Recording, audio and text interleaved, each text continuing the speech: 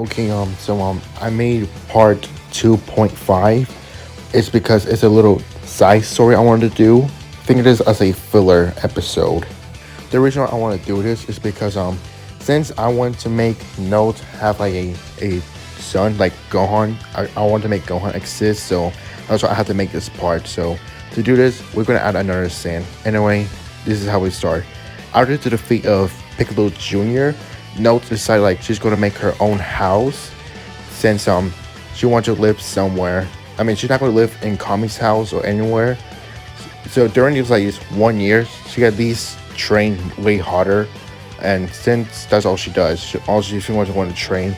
She did get a job, which is farming, learn how to cook and all that stuff. Eventually, someone telepathically talked to her, which is Kami. Kami said that there's a certain someone that's just like her, and he wants her to come to the lookout immediately.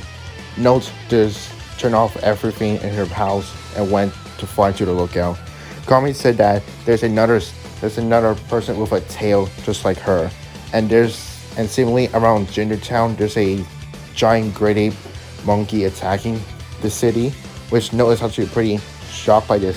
She's thinking to herself that if there's another Saiyan on Earth, she decides that she's gonna fly over there and see what's going on. Kami told her that she has to look for that Saiyan and try to stop him or her, whatever it is. So once she made it to Town, she started searching for anyone that has a Saiyan tail like her. Eventually, like 2 or 3 hours, she managed to find someone already in his great ape state or her. She decided that she's gonna make this battle quick. Decided to fight the great ape by turning herself into a great ape her own, and we will have a giant 2 Donkey Kong battle.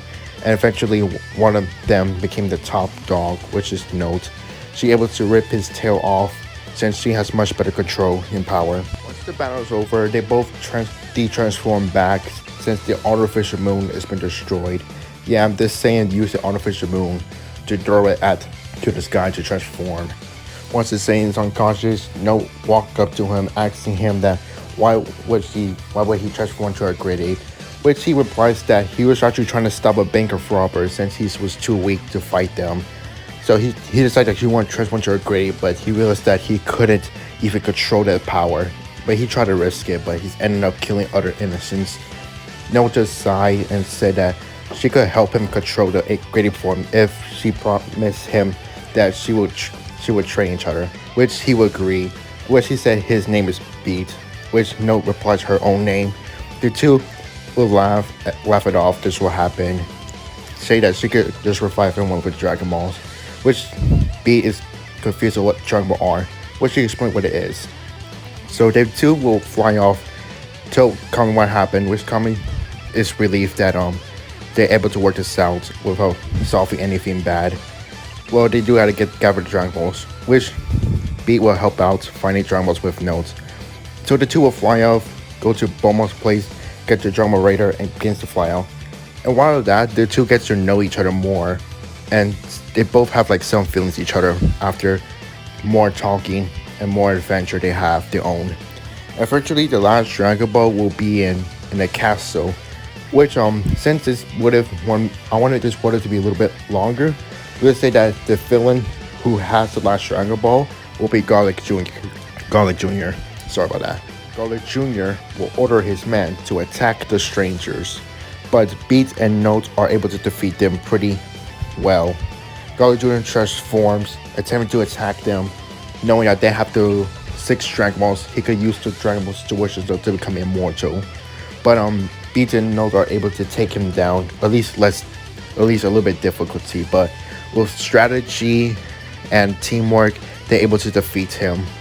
And for measures, Beat decides he's going to kill Garlic Jr. since he's a threat. So he fired off his own attack that's similar to the Kamehameha. He's able to completely consume Garlic Jr. as he's been originally did. Note is impressed of Beat's skills, saying that they could probably train each other after they made a wish. They summoned Shenron, wish everyone back that was killed, wish back every good person that were killed. And after that, the Dragon Ball scatters.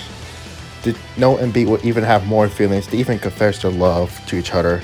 after like 4 years or 3 years, the dude managed to get married and then have a child. But of course, that's not the end of the episode. Soon later, far away from the galaxy, three Saiyans are in a random planet, which